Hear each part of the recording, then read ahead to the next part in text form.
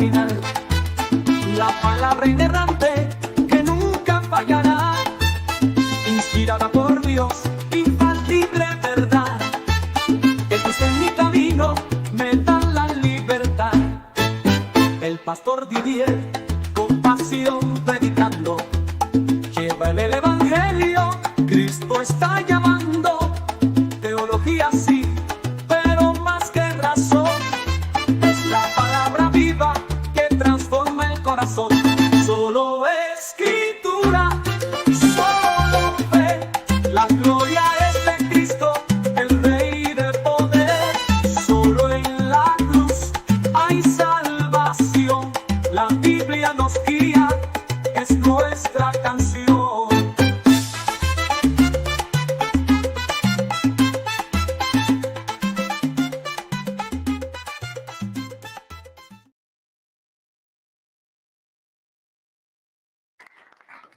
That was the press that broke out in applause.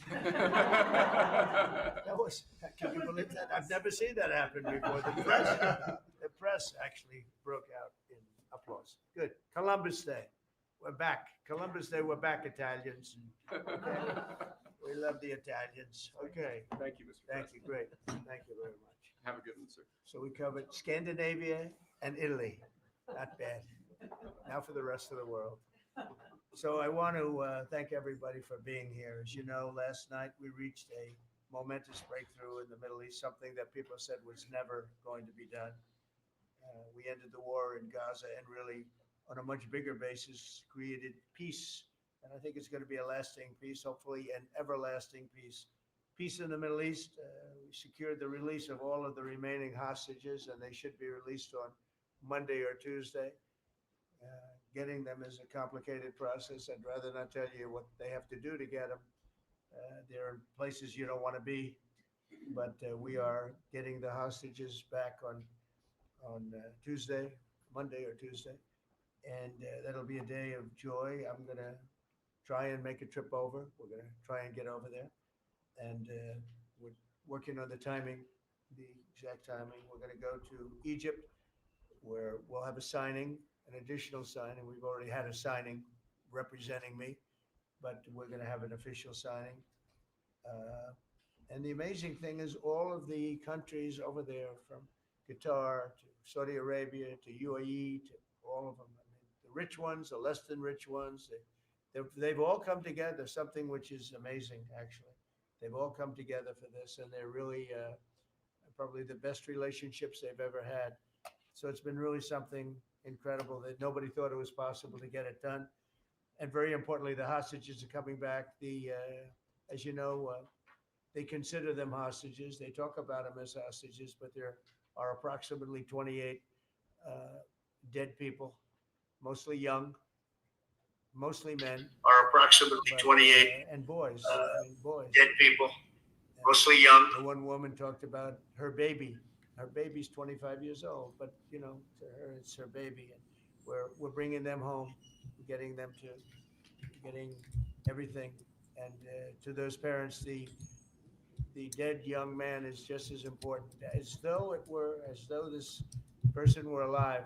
It's amazing. I've never seen anything quite like it. I've been very much involved. I've never seen anything quite like it, but it's really peace in the Middle East, and.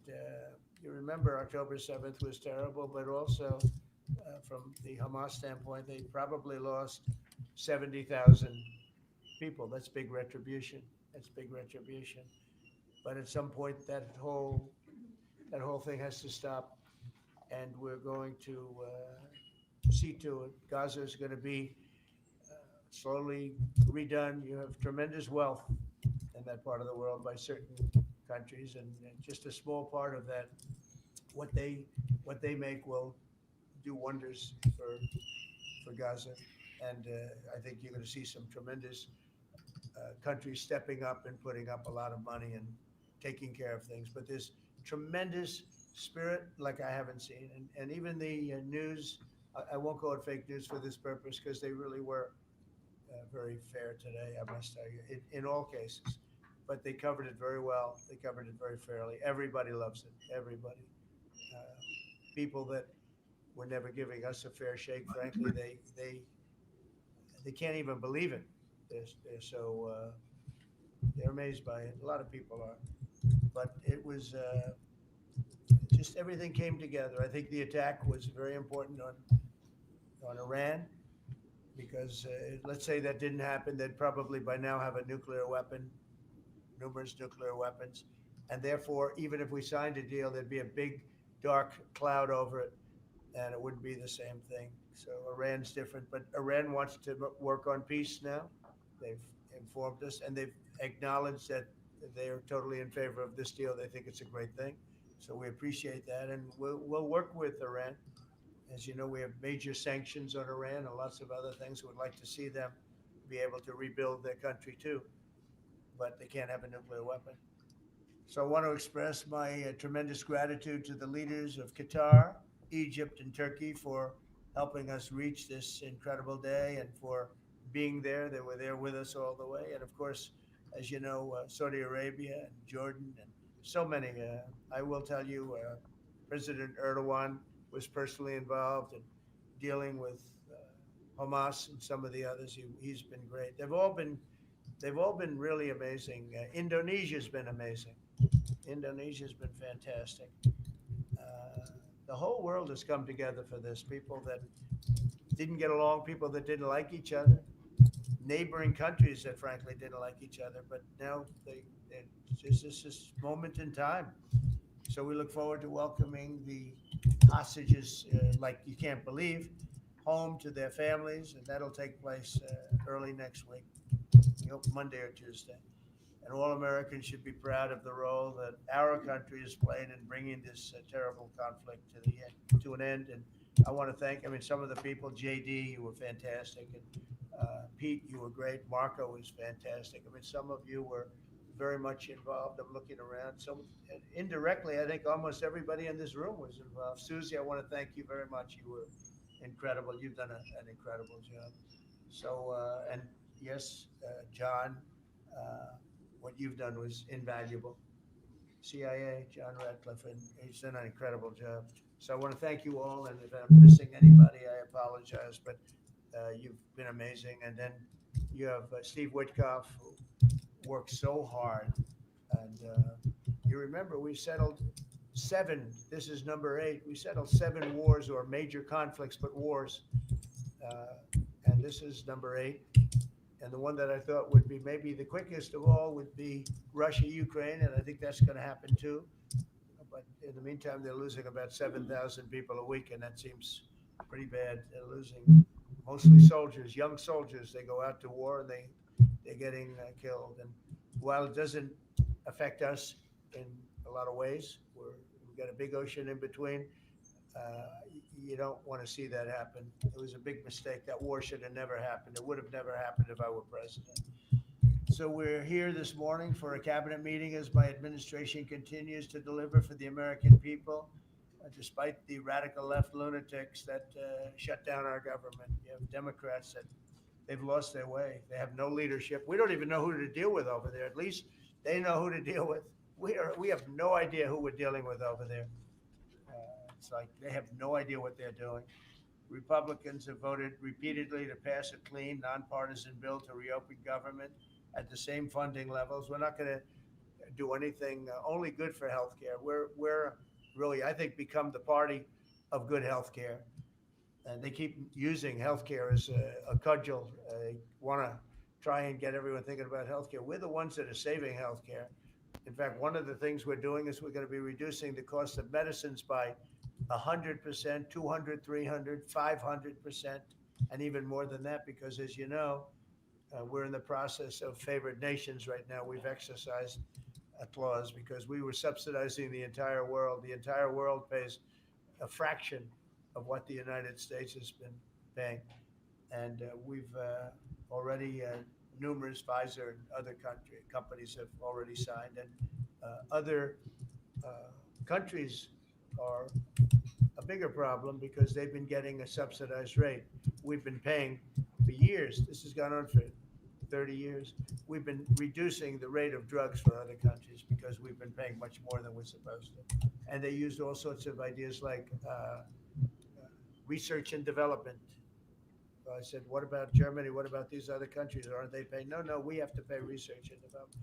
It was all nonsense, and I just, I couldn't listen to it anymore.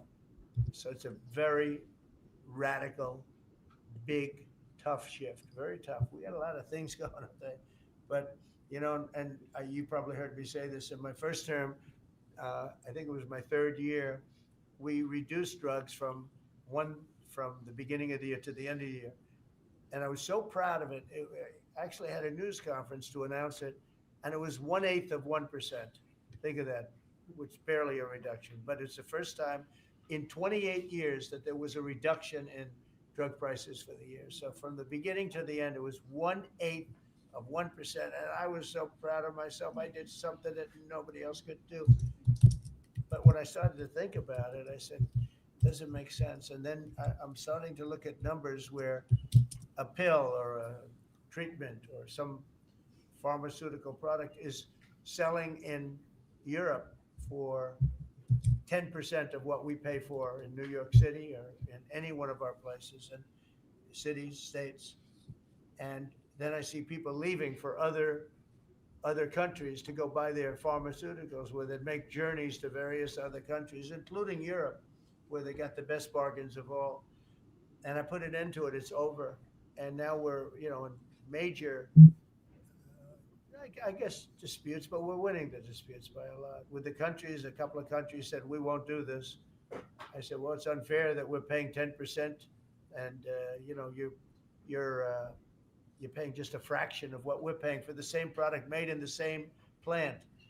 And they said, well, we're not going to do it. I said, that's okay. You don't have to do it, but I'm going to put a tariff of 9% or 7% or whatever the amount of money is. And I'm going to put a tariff on your country for the amount of money that you're taking advantage of us for. No, no, no, you can't. I said, yeah, I can do that. I'm going to do that. And they would immediately agree. And I'd make the tariff substantially more than the number we're talking about. And they would immediately agree. So we have the consent, I think, Bobby, of every country, essentially. They know that if they don't do it, we're going to put a tariff on for double the price, and they're going to do it. So we never had that before. You never had anybody in here that knew what the hell they were doing, I'll be honest. It really makes me angry. Because for years and years, and this started many years ago, and basically we subsidize the world. So this is going to have a huge positive impact on Medicare, Medicaid, even Social Security. But anything where there's pharmaceuticals, drugs involved, it's going to have a tremendous impact. So we're going to get drug reductions of 100%. I told you 1/8 of 1% that I was proud of myself. Now you're going to get 100%, 150%, 200, 300, 400, 500%. You're going to get the biggest drug reductions that you've ever seen. And they're already, I guess they're starting to kick in, but we've made deals with numerous companies and we're going for the full board. We want whatever the price is. So that would mean that the world price, because the world is bigger than the United States, a lot more people, but the world price will go up a little bit and our price will come down a lot. So if a pill sells for $10 in London and $100 here, the pill will go to $20 in London and $20 for us. It's pretty simple. And that is a number that nobody can even fathom. It's a little like tariffs. Nobody knew how big they were. Nobody knew until they started seeing the trillions of dollars that have come in. I don't know why they didn't understand it. It's something they should have understood. We were taken advantage of for years with tariffs. And now, I don't want to say we're taking advantage, but we've become a very strong country because of the money that's coming in.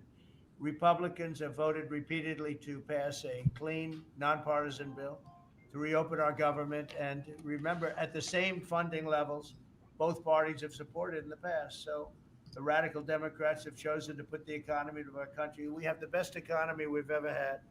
We had the best economy in my first term, but we have an economy that's blowing it away. And we have the Democrats are trying to obstruct. They don't want to have a good economy. I don't think they want to have a good country. That's why they try and stop our law enforcement from doing what we did in Washington, D.C. Washington, D.C., we have a great, safe, beautiful capital. right now. Beautiful. It's so safe. You can walk down the street. Numerous people standing before me were mugged, and you're not going to get mugged anymore. We have a safe capital, one of the safest. We took it from one of the most unsafe places to one of the most safe places in the country. And we also beautified it, and we're in the process of doing even more so. So we're very proud of our capital again. We were embarrassed by our capital. A lot of people being killed. They'd come from Iowa, Indiana, Florida. They'd come up, and they end up getting shot. They're not getting shot. We moved out 1,700 people approximately, right? Approximately 1,700 hardened criminals, career criminals. They moved them out.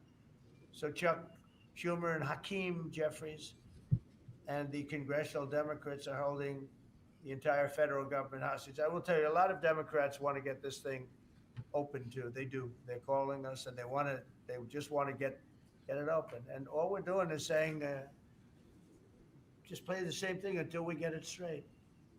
And they don't know how to go about it. I mean, it's and the problem is we really don't know who the hell is leading the Democrats. You have this AOC. I don't know her at all, but I watched her the other day. She said, "Well, if they want, they could come to my office." That's not leadership, you know. The only one that challenged her actually was Nancy Pelosi. And Nancy's not looking too good. I don't know what happened to Nancy, but she's not looking great. But she was the only one. I give her credit. She was the only one that challenged her. But AOC said that they can come to her office and negotiate. The Republicans, and we're saying, "Oh, I didn't know she was in leadership," but she's taking Hakeem Jeffries' place, and Schumer's afraid that she's going to run against him. And right now, I don't know. It can change. Life is crazy, right? But right now, he can't beat. I don't think he can beat anybody. So he'll lose in a primary. I would say he'll retire before he loses in a primary. So I think Schumer's going to retire because he can't beat anybody. His polls are so bad. Meanwhile, the Democrat shutdown is causing pain and suffering for hardworking Americans, including our military, our air traffic controllers, and impoverished mothers, people with young children, people that have to live not the greatest of lives. But we're doing so many tax cuts. We've cut their taxes. The great big beautiful bill. We've cut their taxes at levels that nobody's ever seen. I mean, no tax on tips, no tax on Social Security, no tax on overtime. It's been a great thing for a lot of people. They're doing great, despite all of the damage that it's caused. The shutdown has been, pretty damaging. I mean, it's not yet because it's early, but it gets a little bit worse as it goes along. And we'll be making cuts that will be permanent.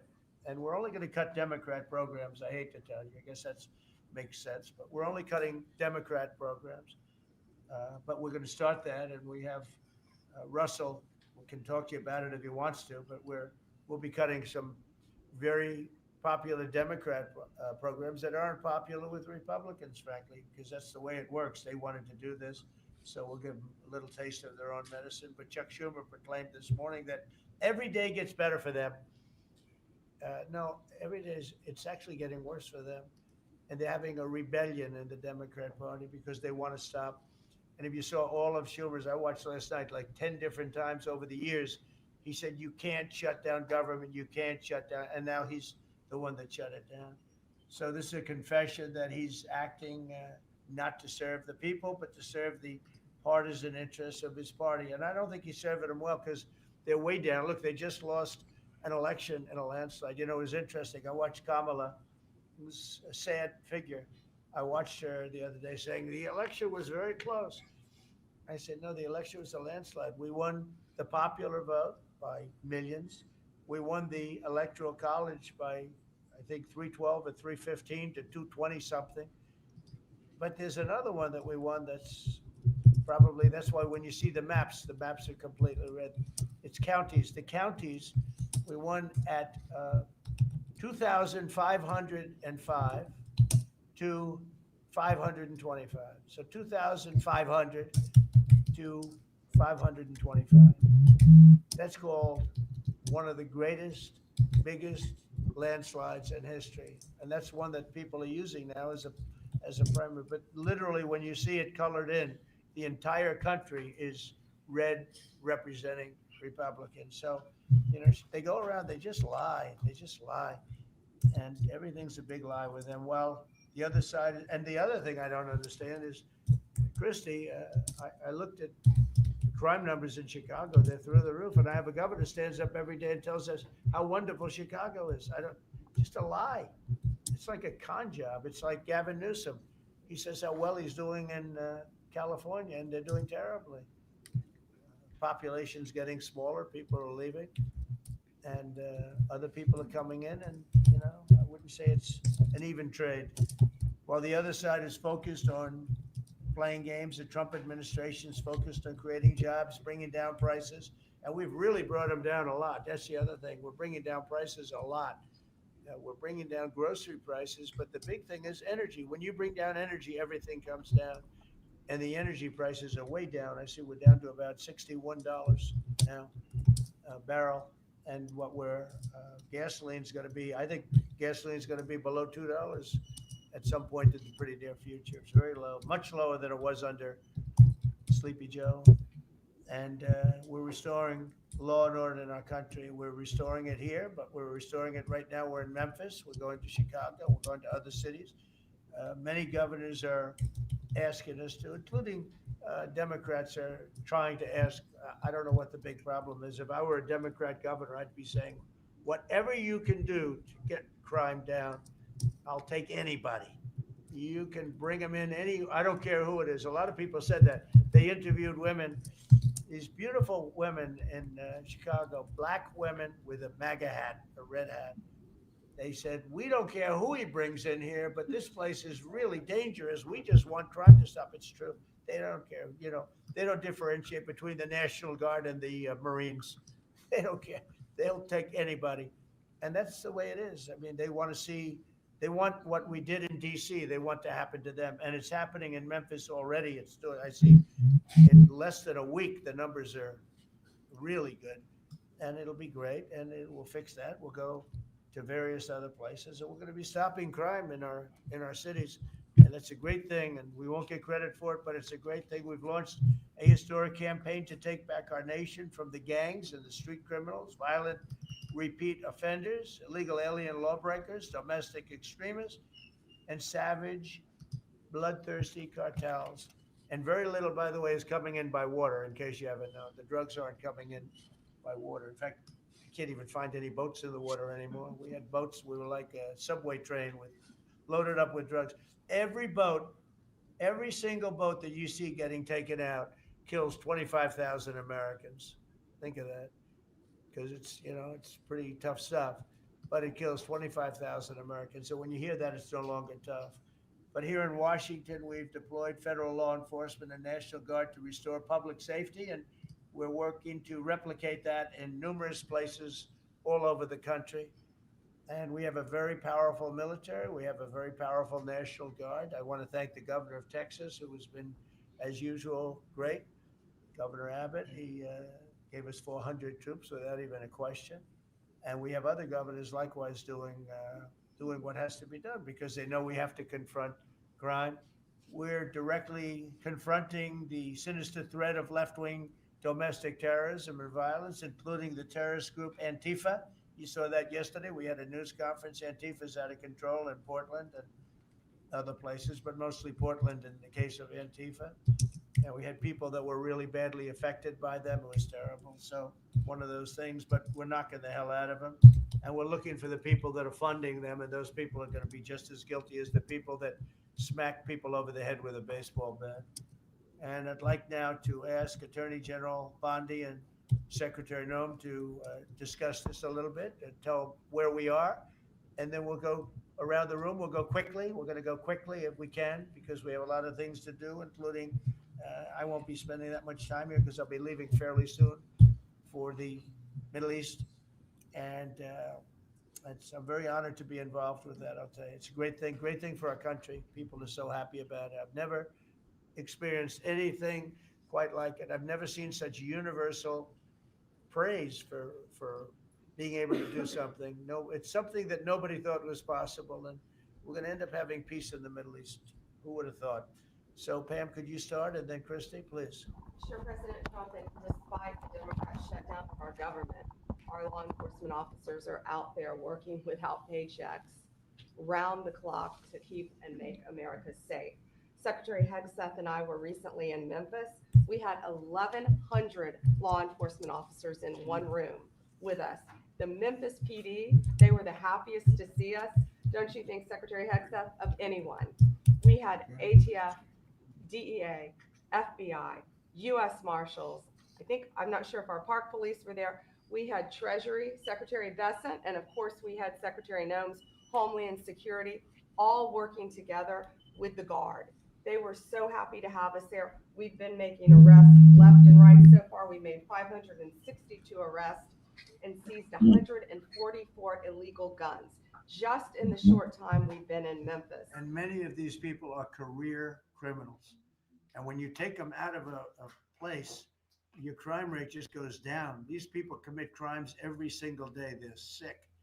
And we're taking them out. In some cases, we're bringing them back to their countries where Biden allowed with the stupid open borders that we had in our country to come in. But they're being brought back to other places or they're being put in jail, but they're career criminals.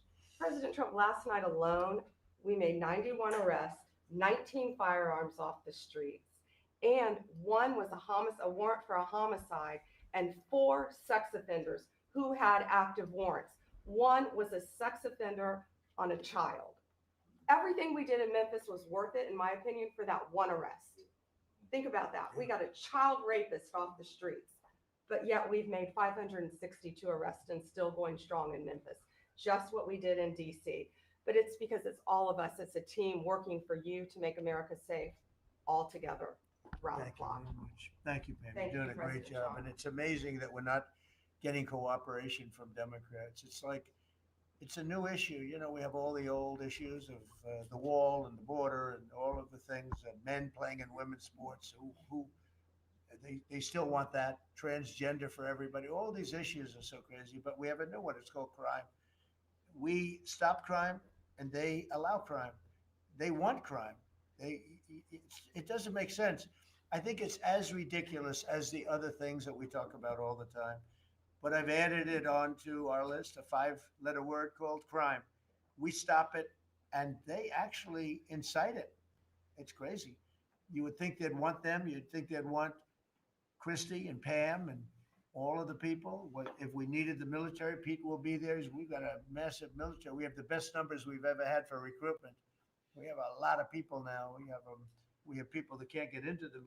In a great economy, they want to be soldiers again. A year ago, they didn't want to even think about it. Same thing as with police and firemen, everything. They want to join. They're proud of our country again.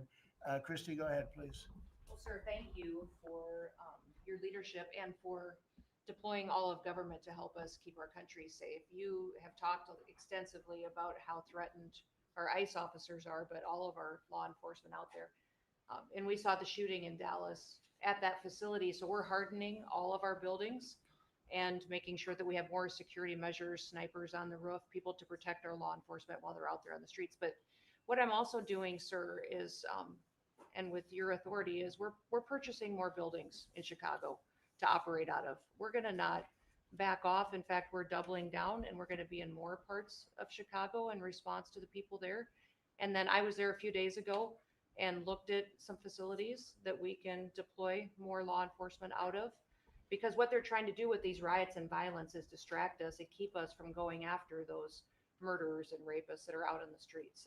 And then I was in Portland, went out and back on Tuesday and met with the governor, met with the mayor, met with the chief of police and the superintendent of the highway patrol.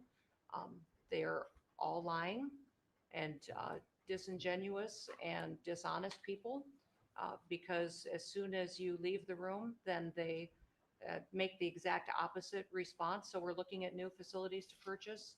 They're in Portland too, and we're going to double down. And I told them if they didn't meet our demands for safety and security on the streets and work with us, then we were going to bring in more federal law enforcement. So I want to thank Pete and the Department of War for all their help. They've been fantastic. But while we fight litigation and work with Pam on that, we're going to send more of our resources and men and women out there to keep everybody safe. So no worries. What we see in DC and what we see in Memphis for benefits for people in the safety and security, we'll see that in Chicago and And Portland. the numbers in Memphis, it's only a week, but the numbers have been amazing, I understand.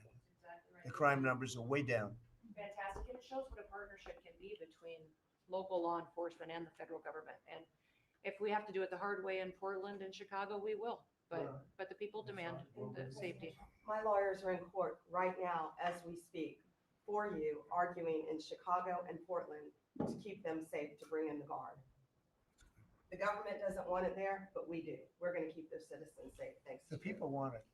I don't understand the politics of it. I don't understand why Pritzker is trying to protect people that are They're more really scared- bad. They're more scared of the anarchists that are on the street and the politics of it than they are of doing the right thing. I think they're afraid. Yeah, I think they're scared. threatened. They don't tell us, but I think Pritzker's threatened by people. There's no other reason that this could be possible, that they don't want to have a safe Chicago. And we can solve the problem very quickly. And we're doing that anyway, regardless of if he doesn't want it or if he does want it, we're doing it anyway. So makes sense. I asked the mayor that himself. He said that Portland was perfectly safe, a beautiful city, no problems. And I said, well, why did you clear the streets for me today then and build out a 4-block radius to make sure I could get in and out of here? And these people on the street screaming death to ICE. There's graffiti that says Molotovs melt ICE. We have the guillotines. We're going to use them. The things that Almost different. It's like anarchists. it really is. You know, it's really different than a lot of the others. This is a sick situation, but those are anarchists. Those are people that want to overthrow government. They're really degenerates. And we're finding out who is supplying all of those beautiful signs and everything Well, else. Scott's been fantastic. His team finding the financial networks is great. That's what gives everybody. Scott will do that. That's easy for Scott. Right? We got a great team, sir. That's good. How about we go to Marco? You could talk a little bit about what's going on and Well, go ahead. yeah, Mr. President, I don't know if one day perhaps the entire story will be told about the events of yesterday, but suffice it to say, it's not an exaggeration that none of it would have been possible without the President of the United States being involved.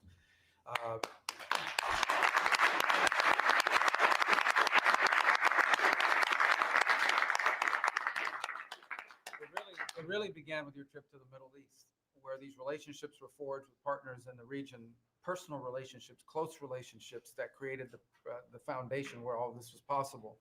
Where I think this really took a turn. Remember, a month ago, no one thought this was possible.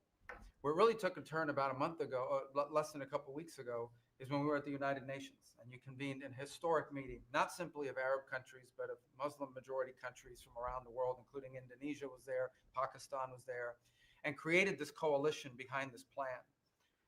Then on that following Monday, you met with the Prime Minister of Israel here, and that plan was presented.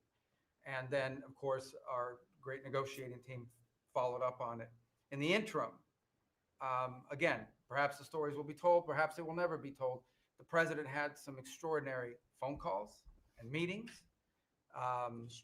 that required a high degree of intensity and commitment and made this happen. And I think what's important to understand is that yesterday what happened was really a human story. There's a geopolitical aspect to it. There's no doubt about it. It creates the conditions for Gaza to one day be a normal place again and people to have a better life and Israelis to be safe. But yesterday was a human story. And because of the work you put in, and honestly, not only is there no other leader in the world that could have put this together, Mr. President, but frankly, I don't know of any American president in the modern era that could have made this possible because of the actions you have taken unrelated to this and because of who you are and what you've done and how you're viewed. And this weekend, because of that, at some point very soon, we are going to see 20 living human beings emerge from the darkness into the light for the first time in 2 years. And that is because not only were you used the credibility and the power and the prestige of this office and the relationships you created, and you committed yourself to making it happen. And I think it will go down as a historic moment in the history of our country and something our country should be very proud of, that we have a president that's committed to not just peace, but to the human aspect of reuniting these families. My last point on this is just a couple days ago, Secretary Lutnick hosted us all, many of us, at the Kennedy Center. And we had these families, we've interacted with them for so many years, for 2 years now. And the stories are heartbreaking, both whose families are alive and those who are deceased as well, who want their relatives back so that they can complete the process of grieving. And it was, we had all hoped that perhaps that was the day that we would have an announcement for them on the anniversary of the 7th. But I know you were able to speak to some of those families last night. And I just hope the whole nation understands how incredibly proud they should be of their president and of their country for the role that they've played. And I don't want to let this moment pass, Mr. President, without also noting the incredible work of Steve Witkoff and Jared Kushner. They're an incredible team working together, facing some substantial impediments to even being there this weekend and doing it. Let me just leave it at that. And they've done a great job on your behalf, Mr. President. They deserve a tremendous amount of credit. But thank you for what you've done for the world. Thank you very much, Marco. I appreciate it. I think because we have a very busy day with all that's going on, what we'll do is maybe just a few of you raise your hand if you'd like to say something don't talk too long. But he's doing such a great job. So good that he could talk all day. That's the problem, right? But go ahead. And what we'll do is just take a few hands and then we'll go back to getting peace done. Okay? We'll go a little bit quicker. We'll take a few questions from the press. Go ahead, please. President Trump, I just want to double down on what Marco was sharing. It's such a remarkable accomplishment. Agree that no other president could have done this, but what set the groundwork for you able to do that? When you took office on January 20th, you made a 180-degree turn in our military strength with Pete's leadership. You were the master class in peace through strength. So militarily, we've completely turned around. We've demonstrated that through execution against Iran and others, that we have force. We want to end wars, but we'll use power if we have to. And then secondarily, peace through strength is also the prosperity, having the strongest economy and being willing to wield the power of a tariff in addition to the military power to reorder the globe. Those two things that you're standing on, both economic power and military power, allowed these negotiations to go forward.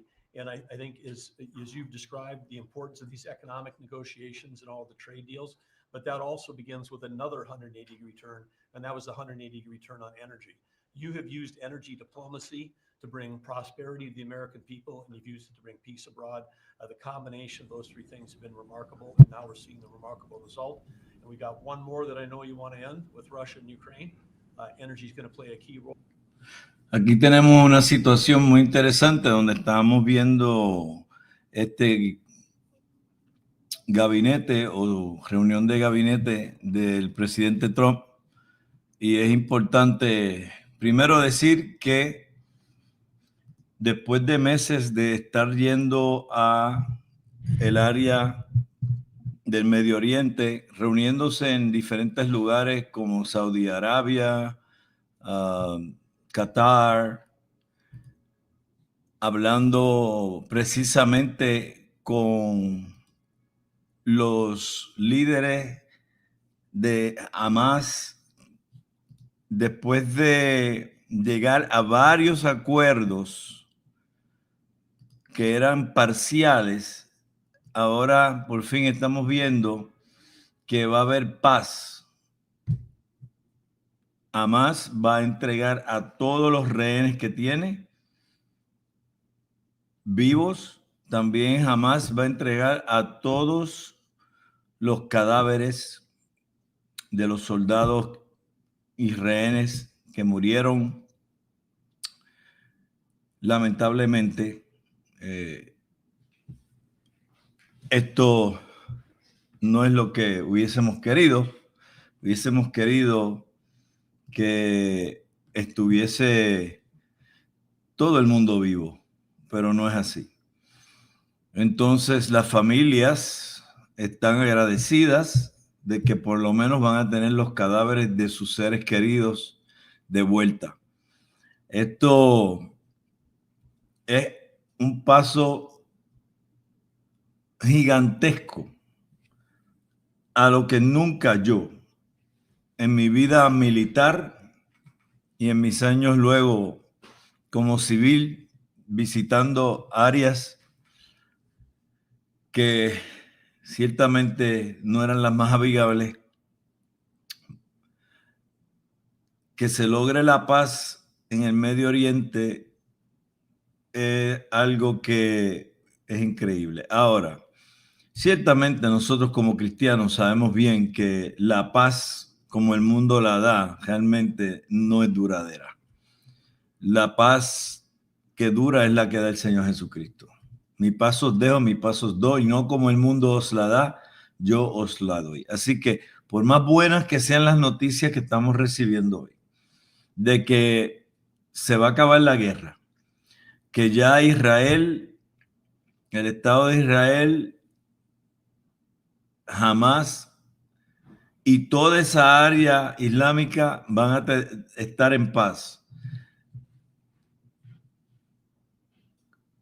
Que la gente que está muriendo innecesariamente en la franja de Gaza van a dejar de morir. Son buenas noticias y tenemos que estar alegres. Y la realidad es que las noticias normales nunca te dicen las cosas, pero ya van con estas 8 guerras que en el tiempo que lleva este señor, que no todo el mundo le cae bien, y ciertamente a mí hay muchas cosas de él que no me gustan, pero ciertamente tenemos que decir que en cuestiones de lo que es querer paz, él ha hecho lo necesario y 8 guerras han sido detenidas en el tiempo que él lleva, que son como 7 a 8 meses. Así que estamos hablando de que por la razón que sea, que yo no la puedo entender, solamente Dios sabe por qué Dios lo puso a él otra vez como presidente. Un propósito tiene Dios con él. ¿Por qué? Porque sabemos bien que Dios es el que pone y quita reyes. Y si ciertamente nosotros no le rendimos ninguna pleitesía a ningún rey o a ningún gobernante de esta tierra, las palabras bíblicas son claras cuando nos indican que tenemos que someternos a los que dirigen, a los que están en las posiciones de gobierno. Y ciertamente hasta ahora, por más cosas que yo pueda no estar de acuerdo con Trump, tengo que decir que si algo me parece que Dios lo está usando es para que el mundo se calme por un tiempito con esto de las guerras. Porque ya la verdad que estábamos bastante cansados de todos los días estar escuchando de que murieron tantas personas. Ahora se está trabajando con la guerra más difícil que ha habido para él lograr detener, y es la de Ucrania y Rusia. Y voy a oír un poquito de eso porque de eso están hablando aquí y entonces comentamos acerca de eso. Recuerden que vamos a tener el día de mañana el programa de lo que va a ser el cambio completo y total de lo que es las fuerzas militares de los Estados Unidos, y voy a estar hablando de lo que está aquí en Puerto Rico, todo el número de aviones, de barcos y de submarinos que hay aquí y cómo afecta eso a ustedes, los de América Latina. ¿En qué forma eso me afecta? Bueno, quizá usted está pensando, a mí eso no me afecta. Créame, todo lo que está haciendo Estados Unidos afecta a todo Latinoamérica, Centroamérica, el Caribe y obviamente, como vemos hoy, aún a lugares como el Medio Oriente. All of that, and now with this historic agreement, we're in a position working with the Middle East to also end the Russian-Ukraine conflict. So again, congratulations. Thank you very much. Están tratando de, con un nuevo arreglo, detener la guerra del Medio Oriente. Ahora va a hablar el secretario de Guerra, Pete Hegseth. Mr. President, you're exactly right. At the War Department, you don't get peace without strength. And our job is to be the strength part of the equation. And Paz deliver a that través de la necessary, fuerza. as you demonstrated with your order of Midnight Hammer, the entire world saw. And I just want to echo what Marco said. It is a personal honor to be able to witness the way you lead and negotiate. I wish people had a full understanding of what that looks like, that historic nature. A lot of us vets, the vice president, Tulsi, Lee, Doug, probably after decades of war and the chaos that was unleashed through reckless and foolish American policies, never thought this kind of peace would be possible.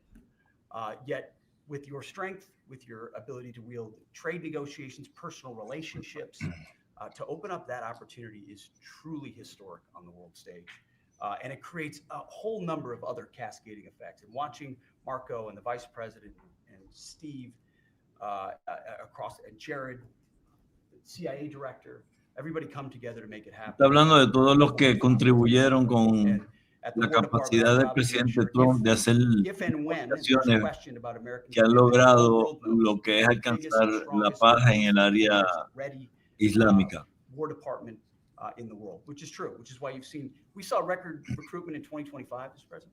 The first 2 weeks of 2026. Los cambios que se han hecho en el servicio militar desde que entró el presidente, lo que han hecho es que el número de personas que enlistan en las fuerzas militares estadounidenses crezca, porque estaba en su momento más bajo y ahora está en su momento más alto. Es un honor el poder trabajar con todos los que están en este gabinete.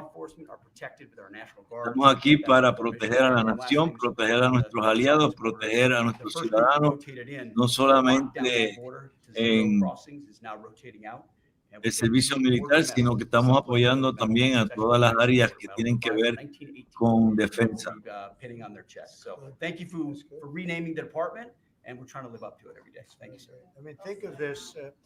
We have record numbers of recruitment. 1 year Tenemos ago, números stories, front page stories, so we couldn't get más altos everybody que to nunca join en reclutamiento. Army, Navy, Air Force, Marines. En el Coast Army, Guard, en la Marina, beautiful, en el Air Force, en los Marines Space Force. I love our Space y la Force. Fuerza Aérea Very y la important, Fuerza but Espacial, que we es la couldn't que get brega con los anybody to join. satélites y Nobody armas wanted que to join, vienen including our desde police and el fire. espacio. They didn't want to join anything. Antes nadie se quería meter ni ser parte de ningún organismo militar porque estaban enseñando todas estas cosas woke, todas las cosas de transgénero, todo eso está prohibido ahora, nada de eso está permitido en el servicio militar. Hay trabajo por las cuales hay que cualificar. A year ago, think of it, a little bit more than a year ago, I think it stopped on November 5th. I think it really started, this all started on November 5th, the election day. But now everybody wants to be, and we have an overabundance. And después de las elecciones y los cambios que hemos hecho, hemos visto que hay ahora más gente que nunca que quieren ser parte de los servicios militares de Estados Unidos. El vicepresidente está hablando y felicitando al presidente por lo que se logró con la paz en el área islámica.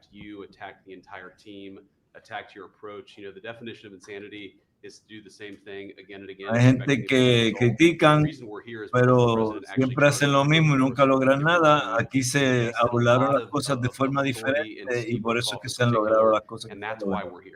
It's because you did something different, and I think it's important to recognize that. Hay que reconocer eso. President, Marco mentioned the president's personal touch being a big part of this. The one thing I would say is obviously the president of the United States, el secretario Rubio real estate billionaire, one of the most famous New Yorkers in the world, has a lot of interaction with las a lot of interacciones del presidente Trump por las experiencias que tiene en la vida como negociante fueron clave para que second thing I would say, just on Chuck Schumer, that Chuck Schumer said this has been very good for us this morning about the shutdown. One of the things that we talked about before all the media came in. Están hablando del problema que tienen con los demócratas que no quieren abrir el gobierno porque están exigiendo cosas que no van a ser aceptadas por los republicanos, porque incluyen todo lo que tenga que ver con financiar cosas woke, todo lo que tenga que ver con financiar operaciones para que se cambien de sexo, incluyendo a menores. todo lo que We tiene trust que Chuck ver Schumer more inclusive than government. con We have troops. detener Secretary of el War mentioned how well we're avance doing on de la recruiting. We're trying to predicación figure out how to del pay our troops evangelio, because porque Chuck inclusive en Schumer is California shutting down the U.S. metieron government. preso There ya are a un veterans pastor benefits porque that are going estaba to suffer. predicando. There are Americans that are going to suffer because Chuck Schumer Y refuses hay to do americanos que his van a job. sufrir So por las while we're all cosas que está haciendo celebrating this el incredible success that we've had on the world stage, representante the Chuck Schumer, que es de los country demócratas, could be doing so much better y se if podría Chuck estar Schumer haciendo did his tanto job and opened the government. si Every single terminan Republican except for Rand Paul has voted de to estar open the con government. esa A few forma de moderate pensar Democrats, to their credit, have voted y with se us to open the vota government. para que We se just need abra el 5 gobierno como more debe estar Democrats y to come to entonces their el senses dinero and let the people pueda of fluir government como tiene serve que the American fluir. people. I hope that they'll do that. Thank you. Esperamos que ellos hagan eso y Follow up on that point, Mr. President. The Democrat or Schumer shutdown did not begin 8 or 9 days ago. It began 8 or 9 months ago with your inauguration. For the first time in American history, every Senate confirmed appointee who were our deputies to run our department, every one of them has been bueno, filibustered. ya vimos lo que era más importante para mí, que era que todo el mundo esté claro en que ahora vamos a tener paz en el área del Medio Oriente. Ya lo dije, la paz que el mundo da no es la paz que Jesucristo da. La paz que el mundo da es una paz que es temporera. No sabemos cuánto tiempo va a durar esa paz. Yo oro a Dios que dure mucho, mucho, mucho tiempo, pero ciertamente lo que tenemos que enfocarnos es en que ahora que tenemos este momento de gozo de que ya no va a haber personas muriendo en Gaza, que en las redes quizás se pueda entonces enfocar lo que estamos haciendo en llevar el mensaje del Evangelio de Cristo a inclusive estas personas que están en esas áreas que ciertamente no conocen a Jesucristo, y la paz que conocen hoy, gracias a lo que se ha logrado, no es la paz que les va a llevar a ellos a tener una tranquilidad de espíritu. Y esa paz de espíritu solamente la da el Señor Jesucristo y el Espíritu Santo. Así que vamos a estar observando todo lo que sucede. Me pareció muy interesante esta conferencia del gabinete del presidente Trump. Estamos contentos que ya eso está en camino a ya por fin ver un poco de paz y tranquilidad, y que lo más que a mí me preocupaba era ver tanta gente muriendo. Ahora hay que orar para que la guerra de Rusia y Ucrania se termine también, porque la semana pasada murieron alrededor de 8,000 personas, tanto militares rusos, ucranios y civiles, y eso ciertamente no lo queremos seguir viendo. Queremos ver paz, que podamos, inclusive los que pueden tener el privilegio de viajar a esos lugares e ir allá a llevar el mensaje del evangelio verdadero, que es el evangelio bíblico de Cristo Jesús, Señor nuestro. Como les dije, vamos a estar teniendo mañana un programa que lo preparé muy, muy, muy, muy bien. Vamos a estar hablando de los cambios que vienen en Estados Unidos. Vamos a hablar de qué está pasando con lo militar, pero también vamos a estar hablando de Venezuela. Yo espero que en algún momento en esta tarde nosotros tengamos algunas noticias de Venezuela. No dijeron nada en esta reunión de gabinete porque entiendo yo que lo que se está negociando todavía no se ha terminado, y cuando esté totalmente completado, entonces se va a anunciar. La realidad es que el pueblo de Venezuela puede estar confiado que se está haciendo algo. Y vamos a estar hablando de eso, de todo lo que está sucediendo aquí en Puerto Rico con todos los aviones, barcos y submarinos que tenemos aquí. Ciertamente estamos muy cerca de Venezuela. Si miran el mapa, ustedes van a ver la cercanía que tenemos, y vamos a estar enseñando precisamente cuál es la la posición que Estados Unidos está tomando, enfocándola hacia lo que es el control del tráfico de drogas, pero ciertamente nosotros sabemos que ese no es el fin. El fin es eliminar y sacar fuera del poder al dictador y líder de el movimiento de narcotráfico de los soles, Nicolás Maduro. Y nosotros vamos a estar orando para que eso suceda. Así que esta noche tenemos los que están en el seminario, clase, vamos a estar con apologética hoy, sí, apologética avanzada, así que los que son parte del seminario, espero verlos esta noche. Y mañana tenemos el programa especial acerca de las Fuerzas Armadas, de lo que tiene que ver con las estrategias militares que van a estarse llevando a cabo ahora con las nuevas directrices y lo que está siendo movido para trabajar con el asunto de Venezuela. Así que los venezolanos quizás van a estar interesados en el programa de mañana. Gracias a los que estuvieron por ahí. Esto lo voy a estar poniendo en el enlace que tengo para el grupo de inglés. Así que Dios me los bendiga, Dios los guarde y será hasta mañana si Dios lo permite. Bendiciones a todos y a todas.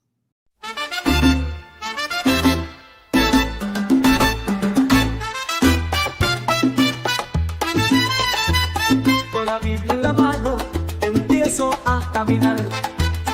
La palabra inerrante que nunca fallará, inspirada por Dios, infalible verdad, que Cristo en mi camino me da la libertad. El pastor Didier, con pasión predicando, lleva el evangelio, Cristo está llamando. Teología sí, pero más que razón, es la palabra viva que transforma el corazón. Solo escritura, solo fe, la gloria es de Cristo, el Rey de poder. Solo en la cruz hay salvación, la Biblia nos guía, es nuestra canción.